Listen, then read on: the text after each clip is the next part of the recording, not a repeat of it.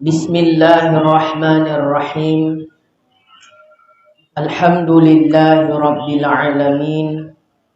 Allahumma shalli wa sallim wa barik ala sayyidina Muhammadin wa ala alihi datam min lisani yafqahu qawli. Allahumma rzuqna fahman nabiyyin wa hifdzal mursalin wa ilhamal malaikatil muqarrabin birahmatika ya arhamar rahimin wala haula wala quwata illa billahil aliyyil azim. Alhamdulillah, segala puji syukur kehadirat Allah Subhanahu wa taala yang telah memberikan nikmat kesehatan, kesempatan kepada kita semua sehingga malam hari ini kita dapat bertemu kembali untuk melanjutkan kajian kita sebagaimana biasa. Sholawat beriring salam tidak lupa pula kita hadiahkan kepada junjungan kita baginda Nabi Muhammad SAW. Allahumma sholli wa sallim wa barik pada pembahasan sifat nafsiyah, yaitu sifat wujud. Di halaman ke-17 Syahdan, baris ke-12 dari bawah. Syahdan, baris ke-12 dari bawah.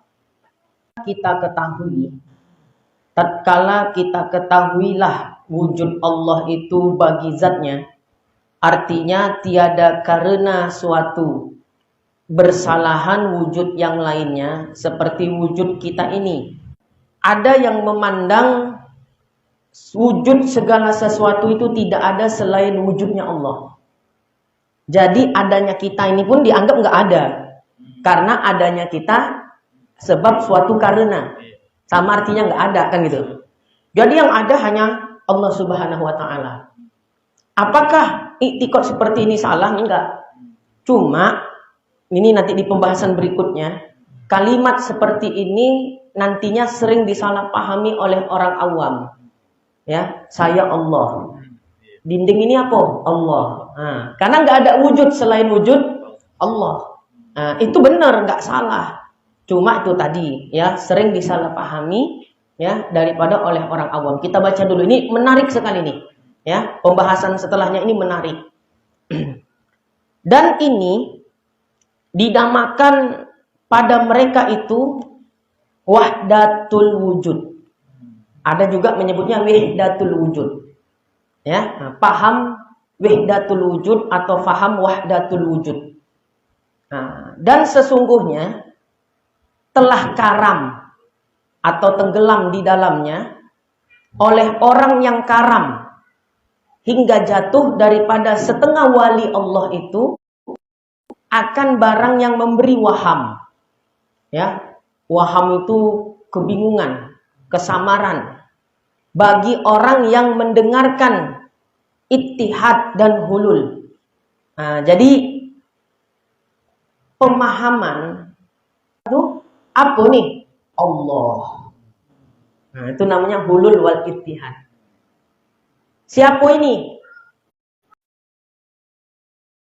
Orang itu Allah. Karena mereka memandang tiada wujud selain wujud Allah. Wujud yang hakiki adalah wujudnya Allah Subhanahu wa ta'ala. Walaupun kita wujud enggak kita nih? Wujud, tapi hakikatnya kita enggak wujud. Wujudnya kita, adanya kita sebab ikut seperti itu. Seperti kata Al-Hallaj. Ini seorang sufi terkemuka. Ya, sufi terkemuka yang dihukum pancung. Ya, termasuk ulama yang ala wujud. Nah, itu namanya paham al-hulul wal ittihad. Memandang Allah pada segala wujud. Nah, kita wujud tidak? Wujud. Tapi wujudnya bukan wujudnya kita. Bukan wujudnya kita, wujudnya Allah. Siapa ini? Nah, kalau kita kan yang normal yang jawab Ustadz Sumitra. Nah, kalau mereka tidak, Ustadz Sumitranya nggak ada, yang ada Allah. Siapa ini? Awak jawab Pak Isa. Diri pulan Allah. Ada wali-wali yang begitu. Tapi ucapan ini tidak boleh, termasuk itu pewarisnya, paham itu. Tapi ini ya, kisah Siti Jenar itu ada dua versi ya. Versi yang ori dengan kaumnya dia. Karam dia, tenggelam dia. Ya. Kepada hal yang semisal itu. Akhirnya kabar ini, berita tentang Al-Hallaj ya, yang berpaham hulul wal ittihad, itu jangan diikuti walaupun ini wali. Jadi wali itu nggak semuanya bisa diikuti, paham ya? Wali majedub cuma mau diikuti. Namanya wali gila. Masa orang gila jadi wali? Kan gitu kan? Saking mahabbahnya kepada Allah. Ibaratkan dia udah dikit lagi tuh nyampe, tes, mahabbahnya lepas. Ya. Kenapa buat ada wali majedub? Ya ada wali, masa wali nggak sholat? Namanya udah majedub. Orang gila kan tertaklif dari hukum syarak. Betul apa enggak? Nggak mukalaf lagi. Nah itulah wali majedub. Nah tandanya wali majedub ya beda sedikit sama orang gila. Jangan nanti asal ketemu orang gila, nah, kan gitu ya. Nah, kebanyakan orang gila, jangankan hafal Quran ditanya Tuhan siapapun nggak tahu, kan gitu kan? Nah, apa kok hafal ayat Quran nggak ada? Nah, itu orang gila betul. Nah, jadi wali majedub beda tipis dengan orang gila. Nah, jadi Imam Hallaj ini apa yang dikatakan beliau hulul wal ittihad tadi sampai berita itu kepada Imam Junaid al-Baghdadi. Jadi kalau kita ditanya dalam akidah mazhab kita Imam Asy'ari dan Maturidi Ahlus Sunnah wal Jamaah. Dalam fikih kita ikut mazhab yang 4. Dalam tasawuf, mazhab tasawuf kita mazhabnya apa? Mazhabnya Imam Ghazali atau Imam Junaid al-Baghdadi. Jadi kalau ditanya imam besar dalam ilmu tasawuf siapa? Imam Junaid al-Baghdadi atau Imam Ghazali. Ketika ditanya imam besar dalam bidang akidah, tentu kita jawab Imam Asy'ari, Imam Maturidi. Sampai berita tadi kepada Imam Junaid. Akhirnya Imam Junaid mengeluarkan fatwa sesat kepada Imam Hallaj tadi. Akhirnya Imam Hallaj itu dieksekusi, dipenggal. Tapi ada di beberapa kitab disebutkan waktu dipenggal apa tadi? Lehernya Imam Hallaj tadi, darahnya menyucur, darahnya mengalir membentuk lafaz Allah. Disinilah Imam Junaid paham. Ya, tapi apa yang dilakukan Imam Junaid itu sudah tepat. Ya, fatwa tindakan Imam Junaid sudah tepat untuk membentengi akidah orang awam. Yang berkata demikian sekelas beliau, oke, dimaklumi. Ini Pak Isa pula mengatakan, ya, apa nih Pak Isa? Allah Ta'ala sukri. Ya, naik begitu nanti, siapa tuh Pak Isa? Allah Ta'ala sukri katanya. Semua Allah Ta'ala. Itu cocok dipenggal. Ya, itu dia. Jadi ada karena suatu karena. Nah, Allah tidak begitu. Jadi yang wujud beneran ya Allah. Kita nggak ada sama artinya nggak ada. Nah, kita baca lagi. Mana tadi? Kata ia, aku Allah. Nah, coba tuh. Dan seperti kata setengah mereka itu, tiada di dalam baju jubah ini melainkan Allah. Jadi kata Al-Hallaj, siapa engkau? Aku Allah. Ya. Kenapa dia berucap seperti itu? Karam dia, tenggelam dia dalam makom ahwal dirinya. Ya, saking sudah mahabbahnya, saking sudah fanaknya beliau di dalam ahwalnya, sampai ngomongnya kayak ngelantur gitu loh. Ya, kenapa yang ada di benaknya Allah, Allah, Allah, Allah, Allah, Allah. Jadi ketika ditanya, yang wujud Allah, Allah, Allah. Nah, kalau kita ketemu orang kayak gitu, ya. Mungkin dia memang udah orang alim, tiba-tiba begitu, udah jangan diambil ucapannya, paham ya? Ya, jangan diambil ucapannya. Itu udah nggak bisa lagi dijadikan panutan dalam hal agama, walau dia wali Allah. Ya, jadi makanya saya katakan, kaidahnya, wali adalah orang yang dicintai Allah, tapi nggak setiap wali bisa diikuti. Ya, jangankan wali, kadang guru kita pun nggak semuanya bisa diikuti. Bukan arti konotasi negatif, enggak. Guruku enak botol Pak Isa, kojo tidak, uang banyak. Datang awak nih murid, ku cobalah macam Pak Isa tak kojo. Seminggu tak kojo, bini pun lari. Kalau ditanya kenapa kok tak kojo, misalnya kan, aku nih murid Pak Isa tak kojo, banyak aja duit dia, ndak mengikut dia lah aku. Nggak bisa, jangankan wali, guru aja ada yang makomnya tidak bisa diikuti. Jadi kita sebagai murid belajar, kita lihat nggak semuanya hal ihwal dari guru kita bisa untuk kita ikut. Seperti hal-hal yang semisal itu, ya.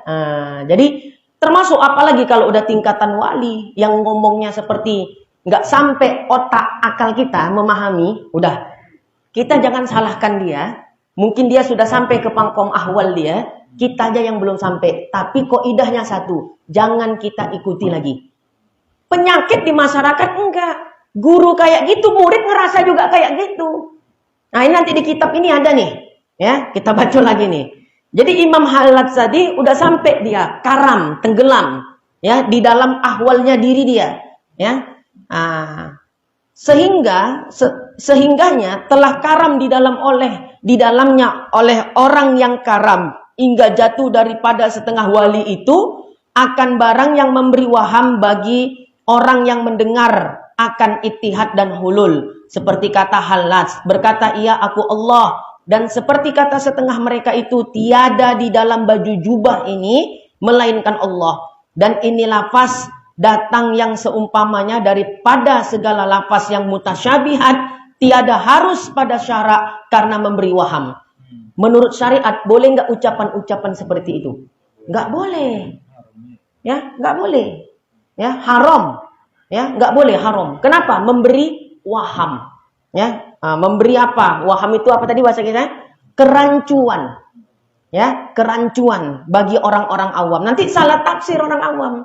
Disangka orang awam Allah tuh ada di dirinya. Kan gitu. Nggak mungkin salah Al-Hallaj. Dia kan wali kan gitu. Nah, sementara Imam Hallajnya nggak menjelaskan apa maksud kalam dia. Nggak menjelaskan secara rinci apa maksud ucapan dia seperti itu. Akhirnya ditafsirkanlah sesuka hati oleh orang-orang yang mendengar. Itu namanya waham tadi. Akhirnya banyak orang tersesat. Makanya termasuk paham hulul wa ittihad, menurut ulama tasawuf udah keluar fatwanya itu sesat. Jadi kalau ada mursyid Indrapura misalnya mengajarkan waham, cepat mengajarkan hulul wa ittihad, cepat laporkan dia ke MUI biar segera diproses. Paham ya?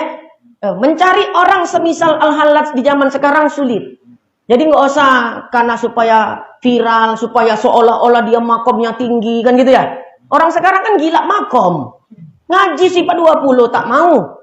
Ngaji fikih tak enggak. Ya, gila makom. Aku harus target nih supaya naik makom katanya. Dikira dengan dia berzikir sekian langsung naik makomnya gitu. Ya, makom itu rahasia. Ya, dia dan Allah yang tahu. Ya, atau wali yang lebih tinggi yang tahu. Nah, misalnya ini Pak Isa wali. Nah, kalau ada wali yang bilang gitu, ya wajar berarti wali itu lebih tinggi makomnya kan gitu. Nggak usah cerita-cerita makom. Makom kita pun nggak itu dapat makom juga nanti, makom kuburan. Tenang aja, nggak usah heboh kali. Mengaji aja yang betul elok. Tauhid, fikih, tasawuf, pakai kitab. Cerita makom, bilang ngaji kitab ilmu kulit. Ya, wah, itu orang itu masih makom-makom awam itu. Yang ngaji Aqidatun Najin tuh di musola apa nih? Nurul Istiqomah, ya.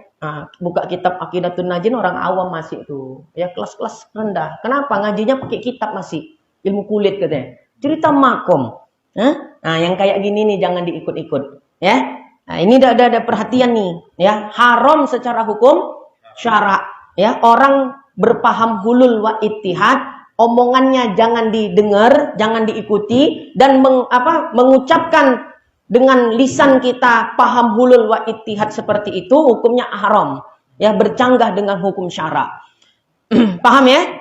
Tetapi kaum ahlu tasawuf terkadang telah golib ya akan mereka itu oleh ahwal mereka itu. Kan barang yang jatuh daripada mereka itu dengan barang yang munasabah. Kalau memang dia orang alim, guru mursyid yang alim, tiba-tiba terucap omongan-omongan yang aneh menurut kita, itu sesuatu gini ngomongnya. Jangan langsung diponis kafir tuan guru nih, ya berdasarkan ilmu tauhid. Enggak, mungkin dia sudah makomnya udah tenggelam dia, udah karam dengan awal dirinya. Jadi kadang ngucapin itu tuh, ya bersesuaian dengan apa yang di hati dia, makom dia. Nah, kita yang orang awam belum sampai ke situ. Nah, ini yang jadi masalah. Maka kalau begitu, apa yang harus kita ambil tindakan? Sikap kita takwil. Oh, cuma dialah paling yang paham maksudnya itu. Dan jangan disebarluaskan omongan itu. Kata wali fulan, ya, begini-begini. Ah, masa Pak Isa begitu? Iyo, aku dongah. Begitu kata dia. Akhirnya menyebar, akhirnya nanti dikhawatirkan disalahpahami oleh orang awam. Jadi kalau kita udah tutup di diri kita, ya, kadang mungkin itu pesan-pesan tuan guru, wali-wali yang memang khusus untuk kita, nggak ditujukan untuk disebar luaskan. Ya, kadang ada tuh ya ahli tasawuf yang seperti itu. Nah, ini yang dimaksudkan di dalam kitab ini. Setengah daripadanya orang yang memfatwakan dengan bunuh al-Hallaj. Nah, al-Hallaj tadi yang berpaham hulul wal ittihad, pada ketika berkata ia akan perkataan yang telah terdahulu sebutnya, aku Allah. Siapa engkau? Allah. Ya. Ada ulama yang memfatwakan al-Hallaj sesat, bahkan ulama itu memfatwakan halal darahnya si Hallaj untuk dibunuh. Siapa itu? Syekh Junaid al-Baghdadi. Nah, Imam Sufi kita, Imam Junaid al-Baghdadi. Kami pernah mendiskusikan masalah ini. Ini kan masalah yang pelik. Al-Hallaj wali. Ya, Imam Junaid al-Baghdadi wali juga. Bahkan imam besar tasawuf. Ya. Nah, ini pelik masalah ini. Wali sama wali, kan gitu. Nah, makanya jadi urusan wali sama wali itu, kita yang nggak wali nggak usah ikutan. Nah, titik temunya gini. Al-Hallaj mengatakan demikian itu sesuai dengan makom diri dia. Itulah tadi dikatakan tenggelam dia dengan ahwal dirinya. Sehingga terkadang ngomongnya udah nggak sesuai realita, tapi sesuai zauk. Ya, makom dia. Gitu ya. Dia nggak sadar kalau orang yang diajak bicara orang awam. Ya, padahal yang dialami, dirasanin oleh makom dia itu benar gitu loh. Sesuai makomnya dia. Tapi di pandangan orang awam itu keliru. Muncullah Imam Junaid al-Baghdadi sebagai imam besar daripada ulama sufi. Ya, beliau memfatwakan sesat al-Hallaj dan halal dibunuh darahnya. Akhirnya dieksekusi memang, dipenggal. Padahal Imam Junaid wali. Al-Hallaj juga wali. Ya, barangkali husnuzonnya Imam Junaid al-Baghdadi sebetulnya tahulah tuh gitu istilahnya. Itu ahwalnya dia. Tapi ini, iktikad seperti ini udah menyebar luas di kalangan orang awam.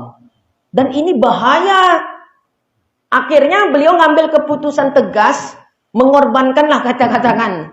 Ya, satu orang demi menyelamatkan orang-orang setelahnya.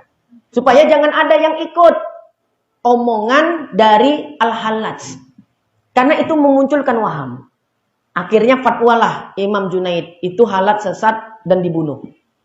Saya rasa beliau itu tahu kedudukan Imam Hallaj. Tapi secara maslahat ini ya dipatwakan seperti itu lebih besar maslahatnya. Karena kalau dibiarkan menjadi mudorot yang besar. Karena wali, kan gitu. Ya, wali Allah. Sempat diikuti orang awam perkataan dia, berapa banyak orang awam yang sesat jadinya. Padahal maksud Imam Hallaj bukan Allah tuh ada di dirinya Pak Isa, bukan. Ya, mungkin saja begitu, itulah ditakwil tadi namanya. Nah, jadi yang dilakukan oleh Imam Junaid al-Baghdadi itu sebuah kebijaksanaan untuk menghindarkan atau menghilangkan mudarat yang lebih besar bagi umat Islam. Waktu dipenggal, ya, darahnya mengalir, ya, dalam kondisi tersenyum, ya, kemudian darah itu membentuk tulisan Allah. Nah, kalau kita cemano, ya bisa, cobalah nanti, ya. Nah, itu baru di situ ketahuan, ya, kalau beliau itu bukan orang sembarangan. Ini cuma ceritanya yang saya ceritain wali beneran. Zaman sekarang wali-walian yang banyak. Nah, ini wali beneran. Sekarang wali-walian yang banyak. Seperti barang yang tersebut di dalam kitab Syarhul Kubra. Dan setengah daripada lafaz yang memberi waham itu seperti barang yang telah masyhur atas lidah orang awam. Daripada perkataan mereka itu Allah Ta'ala itu maujud daripada tiap-tiap wujud. Maujud daripada tiap-tiap wujud. maka padanya isyarat kepada wahdatul wujud. Kalau ada yang mengatakan, orang awam nih ya, Allah tuh maujud daripada tiap-tiap wujud. Artinya Allah ada pada setiap-tiap yang ada. Pak Isa wujud, maka Allah tuh maujud juga pada Pak Isa. Kan itu indikasi kepahaman apa itu? Hulul wa ittihad tadi kan? Ya, hati-hati nih ngaji tauhid. Kalau ada yang mengatakan Allah maujud pada tiap-tiap wujud, ini cepat dicekal guru yang kayak begini. Ya, kenapa? Secara nggak langsung dia menyebarluaskan paham hulul wal ittihad yang sudah lama ditutup buku oleh Imam Junaid al-Baghdadi. Paham maksudnya? Hati-hati. Ya, kalau ada guru tauhid mengajarkan paham tadi, mengatakan apa? Allah maujud pada tiap-tiap maujud. Awak yang awam nih keren kayaknya. Allah maujud pada tiap-tiap wujud. Ini istilah baru nih. Nggak tahu mengindikasikan ajaran sesat. Ya, mengajak orang berpaham hulul wal ittihad atau wahdatul wujud. Cobalah Allah maujud pada tiap-tiap yang maujud. Yang wujud. Kita wujud. Nah, dikatakan Allah maujud pada tiap yang wujud. Berarti pada tubuh kita ada Allah. Ini wujud HP. Nah, maka pada HP ini pun ada Allah. Pokoknya asal wujud, Allah ada di situ dia. Maujud pada yang wujud. Nah, ini indikasi paham wahdatul wujud. Agak-agaknya ada di kampung nih yang pakai begitu. Belum ada ya. Ada juga. Oh, dia bukan guru. Tuh. Torikot. Nanti di sini ada juga nih disindir. Torikot. Umumnya orang yang mengaji kitab tauhid begini, insya Allah terhindar dari paham wahdatul wujud. Tapi, ini ingat, ini kalimat pentingnya. Orang torikot, walau dia mursyid, banyak yang terjebak pada paham wahdatul wujud. Disadari nggak disadari. Makanya syarat bertorikot itu alim dulu awak. Ini kadang mursyid mengajar sifat 20 pun tak bisa. Maaf. Jangan marah mereka. Kalau ada di sini mursyid, ya sampean nggak bisa ngajar sifat 20, jangan marah. Saya katakan Anda nggak layak jadi mursyid. Memang nggak layak. Makanya sadar diri. Keras sekali Ustaz nih. Ya memang yang botol kok yang nggak sampai kan. Mau kitab apa buka? Tanwirul Qulub. Yang menyusun mursyid Thariqat Naqsabandi, ulama Mesir, wali. Ya. Siapa? Syekh Muhammad Amin Al-Kurdi Al-Misri. Syarat bertorikot, ya, syarat mursyid. Syarat pertama harus orang alim. Ya, ini guru torikot betul. Pernah menjadi, ya, pimpinan atau ketua torikot Naqsabandi seluruh dunia. Pada Al-Imam Al-Habib Abdullah bin Muhammad Al-Haddad Al-Hadrami Asy-Syafi'i radhiyallahu anhu dalam kitab nama kitabnya itu Risalah Adabus Sulukil Murid. Ya, beliau mengatakan sama. Torikot beliau kalau habaib nama torikotnya Torikoh Ba'lawi. Itu torikoh para juriyatul Rasul. Torikotul Ba'lawi. Imamul Haddad ini bisa dikatakan sepuh-sepuhnya para habaib yang menyusun Kirotibul Haddad. Ya, nah itu imam berangkat haji nih, mitra. Nanti kita pulang, ya, saya pulang lagi, saya jumpain tuan apa tuh namanya di sana tuh, saya lupa. Ada yang tahu? Ya, masyhur, terkenal dia, ya, di kampung masjid sana. Saya mau ambil torikot sama beliau. Nah, berarti menurut beliau ini pas kriterianya. Ya, kenapa? Dia mursyid, ya, hidup Isra Mi'raj, habis ceramah di sana dikasih 1000 tuan tuh, ya, dikantongi sama Ustaz Hafiz Yazid. Mantap, bagus ceramahnya nak, katanya. Kata tuan tuh dipuji. Walhasil balik ke penginapan besok pagi, diambil duit tuh sama Ustaz Hafiz Yazid, udah berubah jadi 100.000 entah 10.000. Dicari kok berubah. Kata masyarakat ternyata, oh kalau tuan tuh nggak usah heran Ustaz. Ya, memang banyak keanehan-keanehan beliau. Dulu pernah ceritanya tuh, ya, ada dia belum makan 2 hari. Ya, dia tinggal sama istrinya 2 hari nggak makan sama sekali. Nggak ada yang mau dimakan. Tiba-tiba adalah rezeki dikit, ya, entah dibogi orang atau apa, kata istrinya, "Bang, belikanlah beras untuk makan kita hari ini, 2 hari kita belum makan." Dan dibeli beras tuh, pergi ke kedai tuan tuh, sampai di tengah jalan, jumpa orang minta-minta. Apa kata orang minta-minta nih, "Tuan, saya 3 hari belum makan." Kata dalam hati tuan ini mungkin, "Aku barunya 2 hari, ada yang lebih berhajat. Pak bini, mana beras nu biar dimasak?" Tak ada, Dek. Menangis sejadi-jadinya bininya. "Matilah kita nih, Bang. Ya 2 hari nggak makan, abang kasih pula beras tuh sama orang tuh." Kata tuan tuh, "Adek mau makan apa, Dek? Ya, biar abang usahakan." "Aku kepengen kali makan udang. Udang laut itu udang apa tuh namanya? Udang galau, udang kelong gitulah. Yang penting udang laut." Diambil jalah, di belakang rumah itu macam ada kubangan bebek ya, tahu ya? Ya, itu kan air tawar tuh. Dijalokan diolah ke situ. Ditarik penuh jala dengan udang. Jadi kata beliau kepada istrinya, "Nggak usah kau meragukan rezeki Allah Ta'ala. Ya, aku aja yang tahu enggak. Ibaratkan kalau mau aku kaya bisa. Ya, cuma aku udah enak hidup begini." Nah, itu gara-gara itulah almarhum Ustaz Hafiz Yazid berazam kuat, bertekad kuat. Nanti ya kalau saya pulang haji ini, saya balik lagi ke sana, saya mau baiat thariqat sama beliau. Tapi alhamdulillah Allah berkehendak lain, beliau haji, tuan guru pun wafat. Ya, akhirnya sampai almarhum Ustaz Hafiz Yazid wafat, beliau nggak ada thariqatnya. Nah, itu satu gambaran untuk saya secara pribadi sebagai murid beliau yang bisa dibilang kemana-mana ikut sama beliau, khidmat dengan beliau. Kenapa beliau nggak berthariqat? Padahal bukan tak banyak mursyid pada waktu itu. Udah tahulah kita, belum ada yang cocok sesuai kriterianya. Jadi tuh ya, hati-hati kalau mau berthariqat. Baik, bagaimana tadi kita baca? "Dan setengah daripada lafaz yang memberi waham itu seperti barang yang telah masyhur atas lidah orang awam. Daripada perkataan mereka itu Allah Ta'ala itu mewujud daripada tiap-tiap mewujud." Ini yang saya katakan tadi, hati-hati. Umumnya yang ngajar kayak begini nih, ya umumnya mursyid-mursyid thariqah. Yang mereka belum duduk tauhidnya. Ya. Makom kayak-kayaknya seolah dia udah di makom itu. Padahal sifat wajib, mustahil, jaiz pun belum duduk. Nggak usah. Orang itu cuma omongan di lisan. Tak ubahnya gini kata Imam Ghazali.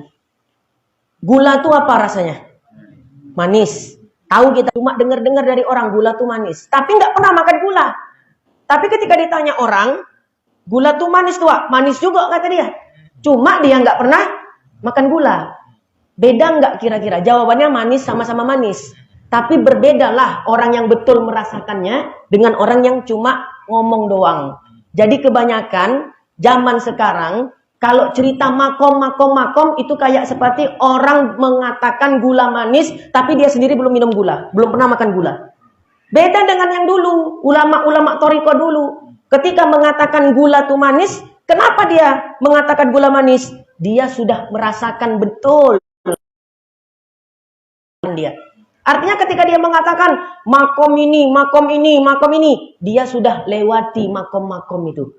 Orang sekarang kebanyakan cerita makom, cuma omongan di mulut, ya, tapi ahwalnya belum sampai. Ngerti? Wah, ini kitab akidah. Tapi yang dikatakan beliau benar di masa sahabat, kan gitu kan? Ini beliau betul-betul nyerang orang-orang yang berthariqat, ya, tapi ada unsur-unsur pahamnya wahdatul wujud.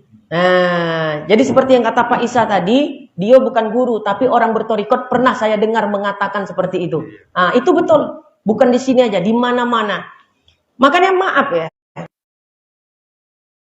Berthariqat, saya nggak begitu respect. Bukan saya nggak suka thariqat. Saya pun orang berthariqat. Ketemu orang berthariqat, tapi macam dia kali pemilik kunci surga. Ngerti maksudnya? Kayak kita yang belum berthariqat kecil kali di matanya. Ada yang gitu, 500 ribu wali-wali kelas desa lah itu. Tapi kalau bayarnya 20 juta jadi wali kutub langsung. ya, yang ngangkat dia. Betul, wallahi. Ya, ada orangnya. Kalau mau nanti jumpain sama saya. Nah, cuma jangan mengaji lagi di sini, udah beda aliran kita. Ya Allah, banyak pula tuh yang ikut. Nah, mau jadi khalifah, bayar bisa sekarang. Kalau dulu kan jadi khalifah tuh riadoh betul-betul. Ya, pakai duit sebagian bisa, ya, cepet instan. Pak Isa nggak pernah bertorikot, tapi sebulan atau seminggu bisa langsung naik, ya, kepada khalifah. Ya, nah ada nama tambahannya, ya, nah, langsung, ya, bayar tapi bisa. Nah, itulah sekarang. Karena banyak jatuh pada masa ini, pada masa beliau, ya, berkata orang kebanyakan manusia yang awam akan perkataan yang mutasyabihat, sebab mencuri mereka itu akan perkataan aulia Allah di dalam firaq mereka itu, maka sangka mereka itu inilah ilmu yang sangat baik dan, ya, mulia. Nah, kalamnya wali. Ngerti ya? Yang kita nggak bisa mencomot, mengikuti kalam itu. Karena bukan makom kita. Tapi supaya orang sekarang dianggap wali juga, dicurilah ucapan-ucapan itu. Yang lagi viral kan wali gaus. Ya, nah itu nggak ada. Sekelas doktor bisa dikelabui mursyid kayak begini. Dia punya guru, ini dokter punya guru, torikot. Ya, nah, masa mursyidnya apa macam-macam lah, kadang nggak sholat, ya, atau lain sebagainya, ya, ini sekelas dokter, banyak dia apa ceramah-ceramahnya di YouTube banyak, ya, bisa terjebak. Kemarin kan di sidang, tapi nggak berani datang beliau, ya, murid-muridnya beliau yang datang, saya nggak sebut namanya, nah, tapi mudah-mudahan arah ceritanya tahu. Nah, beliau itu ngambil torikot sama yang katanya wali gaus. Ya, wali gaus, gurunya ini katanya wali gaus.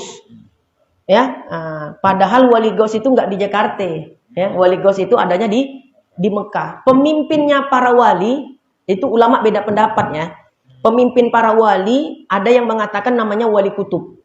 Wali kutub itu bukan satu, ada beberapa wali kutub. Nah, ada pendapat juga seperti pendapat Imam Ibnu Hajar Al-Haytami. Pemimpin wali adalah wali gaus. Jadi wali gaus itu di atas wali kutub lagi. Ya, setiap masa cuma satu orang. Ya, nah, satu orang.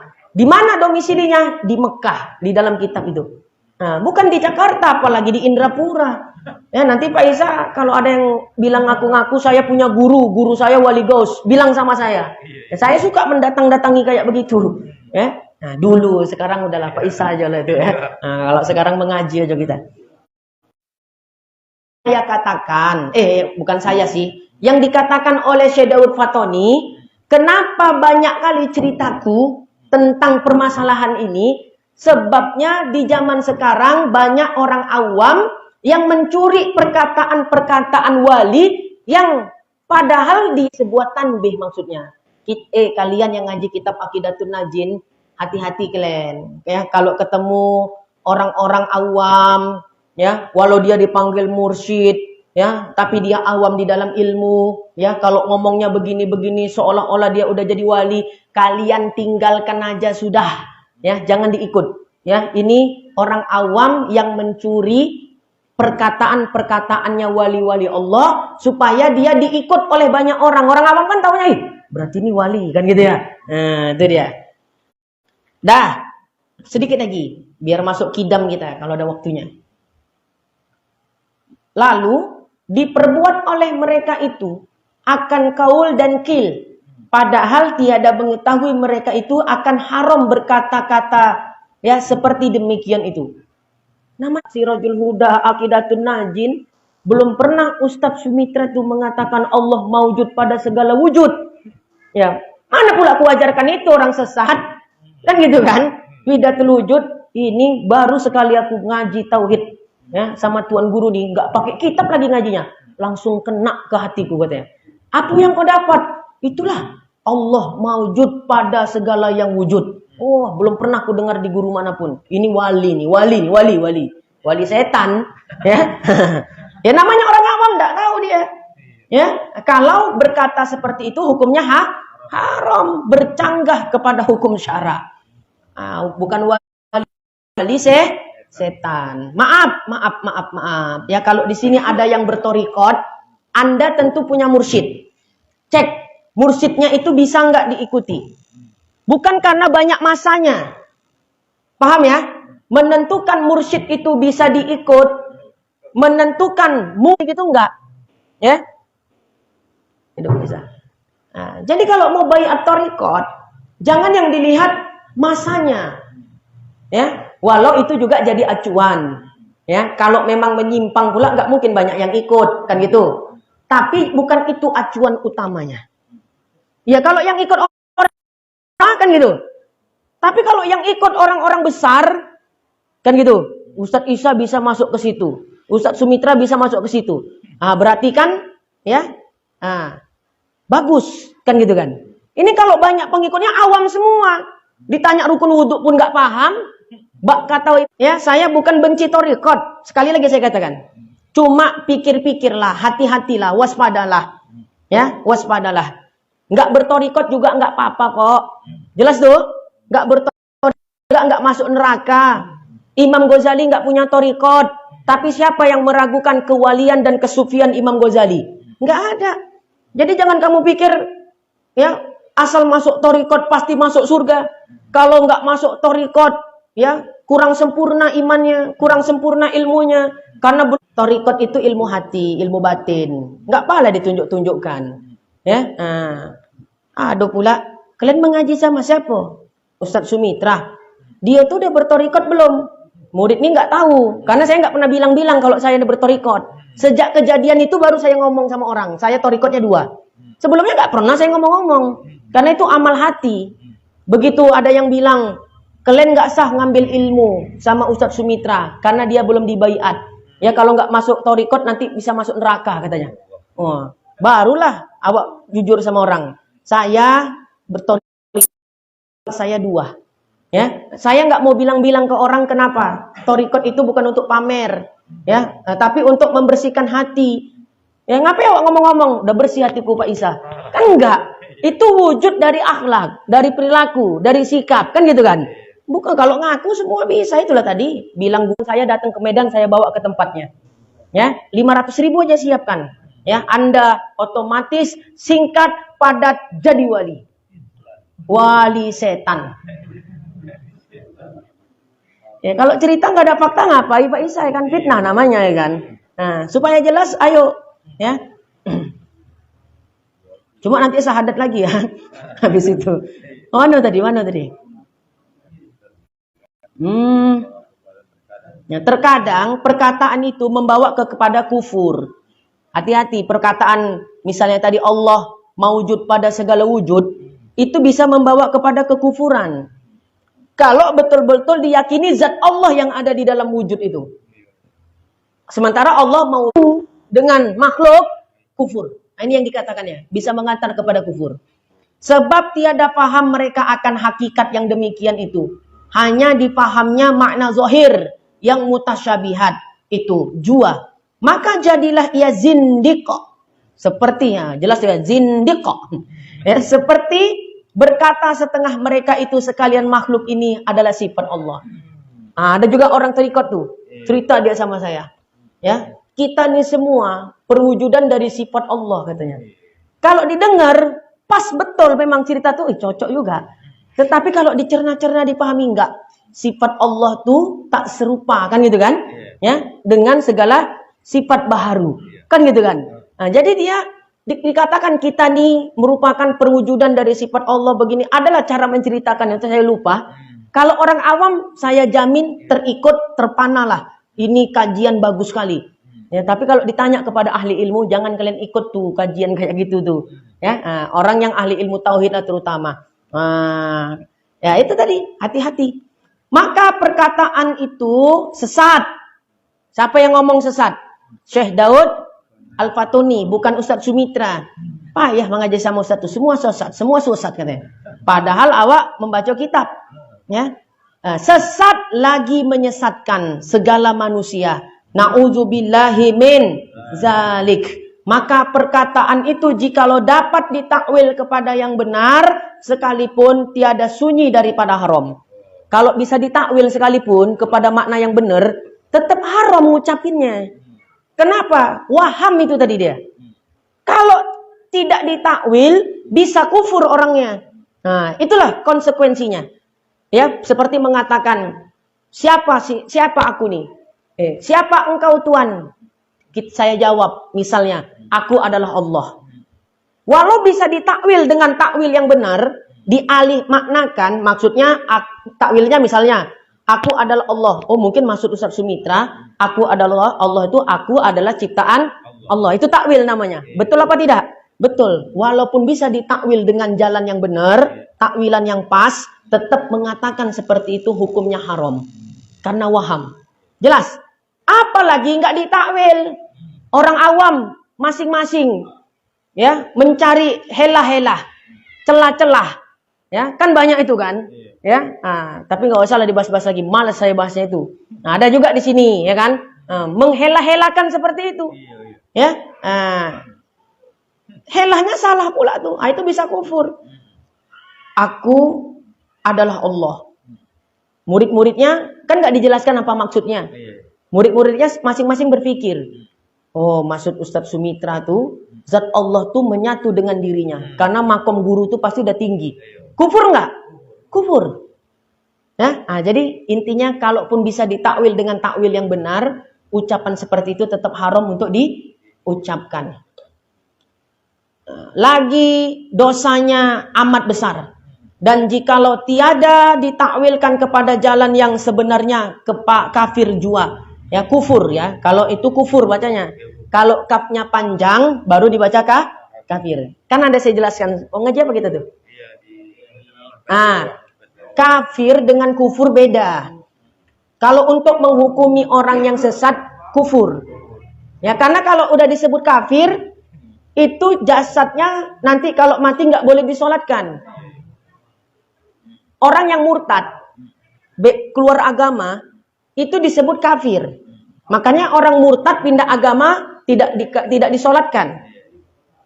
Tapi misalnya kalau ada orang yang akidahnya menyimpang, ya kan? Dia dikatakan kufur saja, bukan kafir. Artinya jenazah dia nanti tetap disolatkan, ditajhis, dimandikan, kafankan, solatkan, kuburkan. Sebagaimana layaknya orang Islam. Jadi status kufurnya di akhirat. Itu di kitab Tahqiqul Maqam ala Kifayatil Awam. Misalnya kita katakan apa paham yang kafir? Syiah ya. Ya, misalnya. Kufur dia, bukan kafir. Kufur. Sholat dia. Kan gitu kan? Sama kayak kita. Jadi kalau mati gimana? Ya sudah, tajhis sebagaimana semestinya. Ya.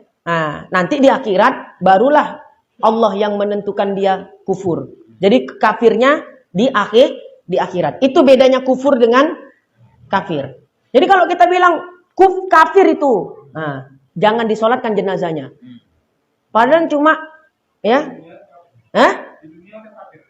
ya di dunia udah kafir. Makanya bahasa itu harus paham betul, ya. Jangan sembarangan mengkafir-kafirkan orang.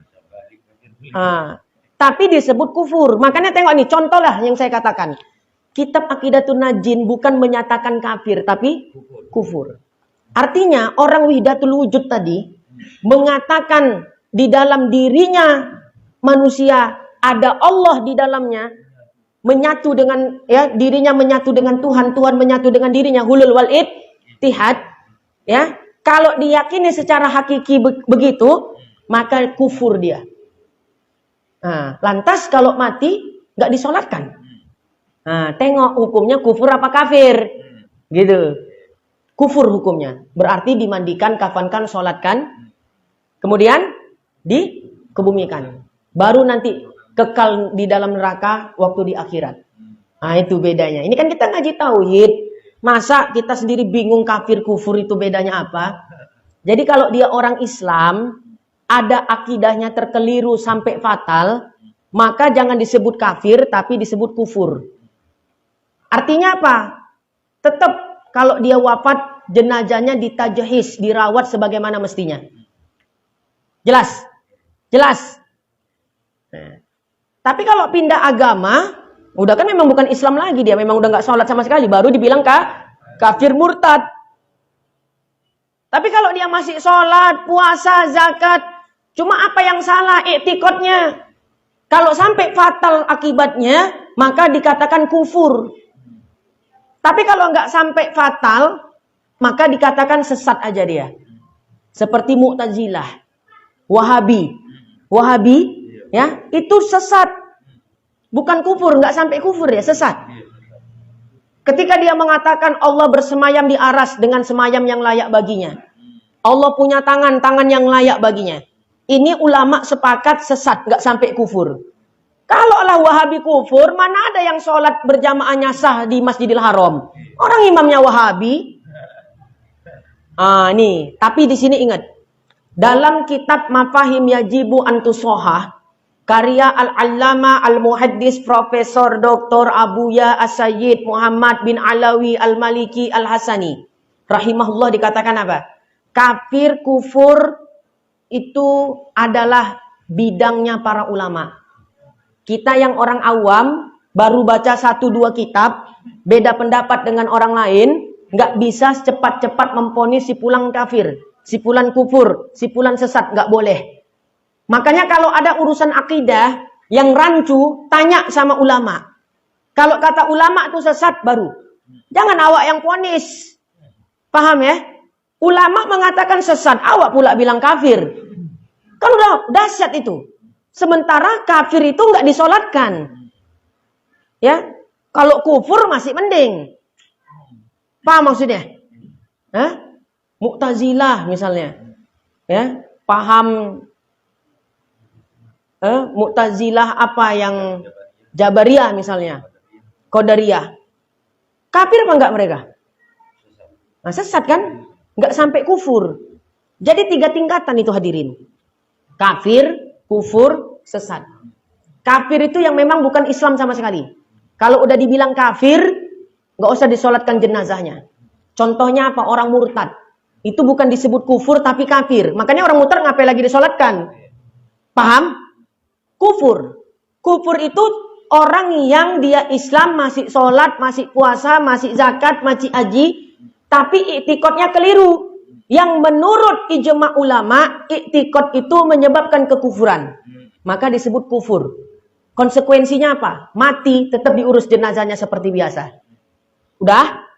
Kalau sesat, sesat itu di bawah dari kufur. Ya, sesat lebih di bawah dari kufur. Nah, kenapa kok beda? Kenapa sesat nggak dibilang kufur aja? Maka nanti konsekuensi secara hukum fikih beda. Saya ambil contoh Wahabi. Imam Masjidil Haram sekarang pahamnya apa? Wahabi kan? Imam Masjidil Haram Wahabi. Sudah?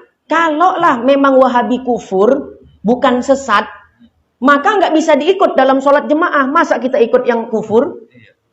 Padahal udah i'tiqadnya jelas kufur. Tapi kalau sesat, sholat jamaah sama dia masih sah tapi makruh. Nah, itulah korelasinya hukum fikih dengan hukum tauhid. Maka kalau urusan kafir, kufur, sesat, nanyanya sama ahli tauhid. Jangan nanya sama ahli fikih, nanti rancu hukumnya. Paham maksudnya? Ya?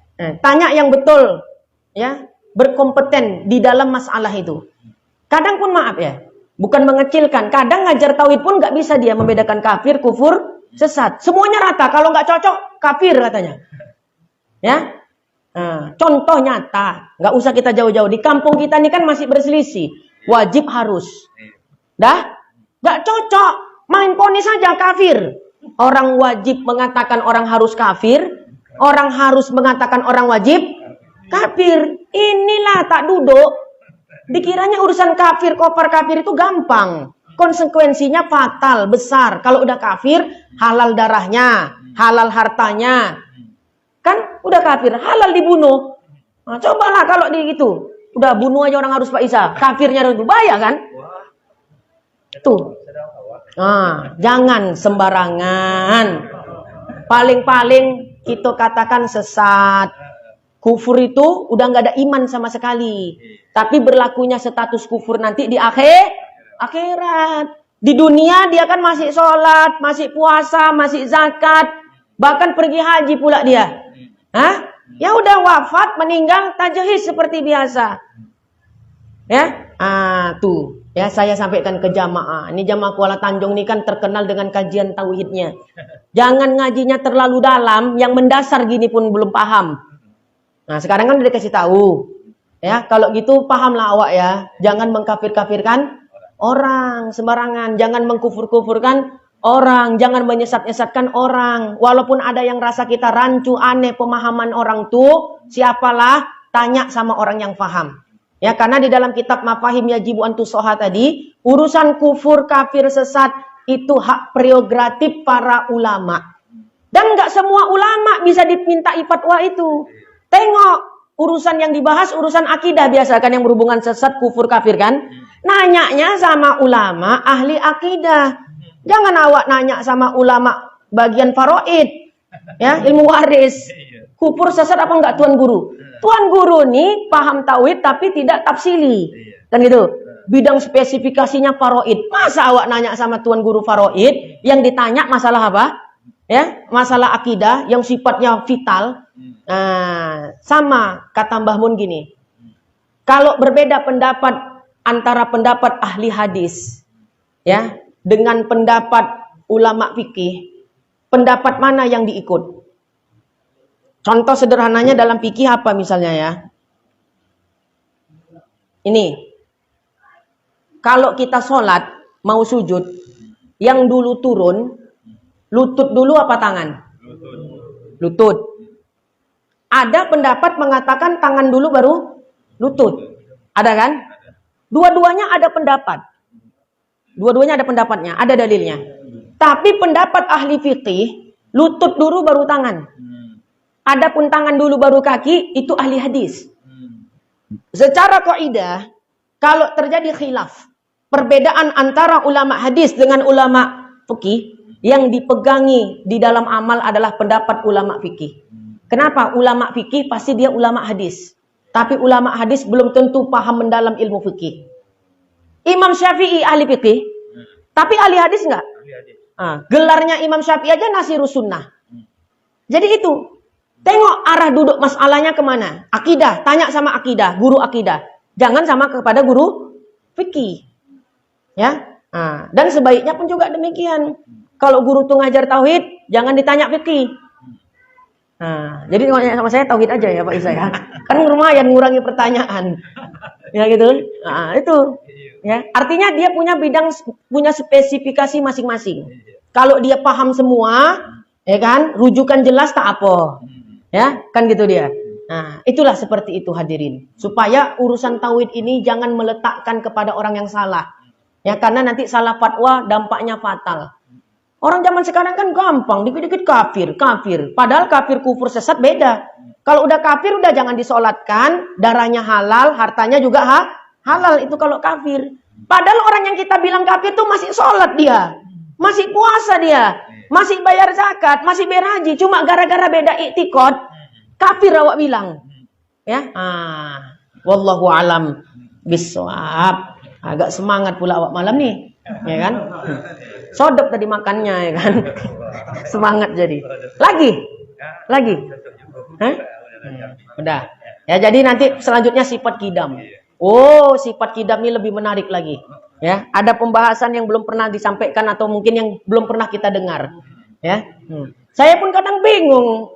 Entah dari mana rujukan-rujukan yang saya sampaikan itu. Ya, bingung sendiri saya kadang. Karena nggak ada di kitab. Udah Allah Ta'ala gerakkan lidah saya, udahlah. Ya, banyak sekali yang disampaikan masalah apa tadi yang pernah saya sampaikan di masa sahabat itu kan nggak ada belajar kidam bako, tak ada kitabnya itu, ya cuma Aqidatun Najin ini aja, ya. Tapi disampaikan seperti itulah. Tapi memang begitu sejarahnya. Allahu a'lam bishawab.